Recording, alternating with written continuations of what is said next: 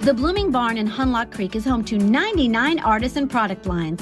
Whether you're shopping for unique handcrafted gifts or dropping in to meander through the barn and farm, it's a must-stop for fun finds and friendship.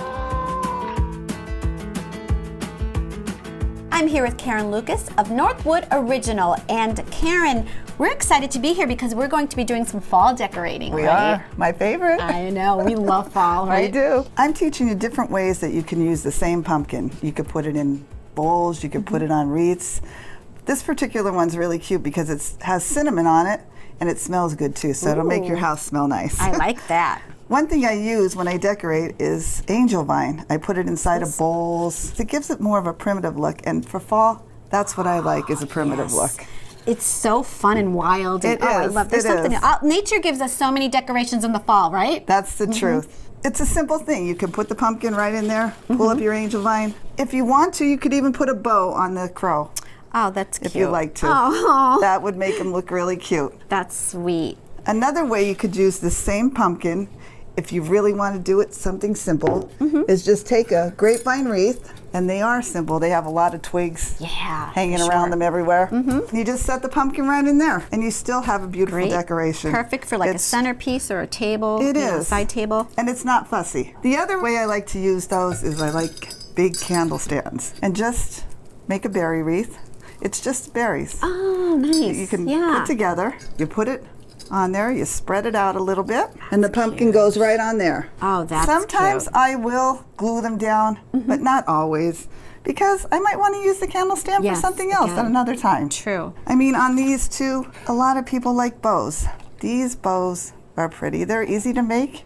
You just squish your ribbon together between your fingers, and people make bows in all different ways. They do. Some Or a are simple bow, fancy. just a simple bow too, right? Yeah, simple bow's easy too. But this, you make a couple loops, make a loop in the middle. I even use ties that are just zip ties or pipe cleaners. Right. Sometimes if I can't find something like that, I'll even use a bread tie. Yes, yes. Desperate times call If for you desperate want to do measures. it, you can. For this particular one though, I would probably more likely use a ribbon like this tied around the candle stand. Maybe with a star tied in, because that's more of a prim look. Yeah, primitive. You're Just right. like this. You're right. If you were going to just make a berry wreath, and this is the same type of berry, just loose berries. Right. Stick them in, and you know you can use ties. You can put them on. Right. You Or glue. Yes, or Glue gun. you can. But you don't have to, though. No, you can wrap the berries right around the wreath, and that is another simple thing. Now, see, for this type of wreath, this kind of bow is perfect. That's sweet. Really sweet. It's perfect. It has all the colors that the wreath has. One other thing I do like to do is use old things, things that you don't find everywhere. And that is an old spool here. This is beautiful. Look at how nice these are. And these were for threads in Yes. factories, I mean, it just has such a good look to it. It does. I will put a pumpkin on top of that too. Sometimes I don't like the way the pumpkins look on the top. Right. So I'll simply take out the middle, and I save a pumpkin stem from my last year's pumpkin. Oh, Karen, that's such a good idea. And I'll glue that in, and it's really cute. That is cute. Yeah, and this is another thing where you could use this rustic type of bow on it. And you'll see me out there throwing the pumpkins out in the yard, but taking the stems off. I love it. To save them for next year. You never know. That's why you That's save true. everything. I have an old basket I found. I don't know if it was a flea market, antique show, or where it was. But I just love the color and the patina of it. It's really pretty. It is. And you could set things on top of it, which would be very simple. It would still give it a rustic look. It's just cute. But I want to do something different. I open it up, and usually I put just paper, brown paper, any kind of paper, something to lift the bottom, because I don't want it to sink down too deep. It's simple. You find flowers you like, and you pick them out. These don't look too fallish, but when you put them in there with some fall flowers, they take on a whole different look. You just drop them in. You don't have to be too picky. Right? You just have to drop them in. Now this is the fall part of it. Oh, look I at love those. these. I love these. You just stick those in as well. Wrap some up towards the front. Mix them in with the greens. It takes like 3 or 4 different flowers. You can't just use the same. No, and the more you fill it, the better, it looks. right? And these are all large flowers. Beautiful. And the last one is to just give it some height. Oh, I love these. Yeah. And everything coordinates in the fall.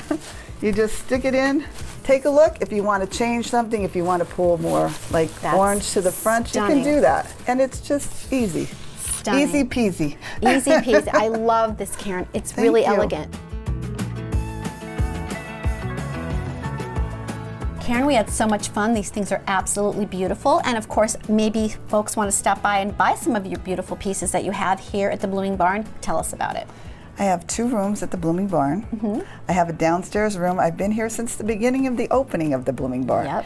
And the barn is just growing and growing, more and more vendors. I think there's like 99 vendors or 100, maybe more. I don't know. That's amazing. It's always changing. You'll see something different every time you come in. In my downstairs room, I tend to have a little bit of everything that would appeal to all kinds of people, whether it's prim, whether it's new. There's some things that I make, some things that I buy. Upstairs, I have more of a prim room, which is my happy place. I love prim, as you can see. And I do put a lot of their old pots, pans, decorated, all kinds of things, old scales. You'll find a lot here at the barn. It's amazing. I'm happy to be here, and I think everybody else is too. I totally agree. There really is something for everyone here. There really is. In my upstairs booth, I do have my daughters involved in the crafting a bit. They're called the Someday Society. They sell books and zines and a lot of journaling stuff. If you're into it, come and check us out. Remember, we're at the Blooming Barn, 304 Broadway Road in Hunlock Creek. Karen, thank you so much. We had a great time and we're very inspired for fall decorating. Thanks for giving me this opportunity, and it was great to meet you. You too.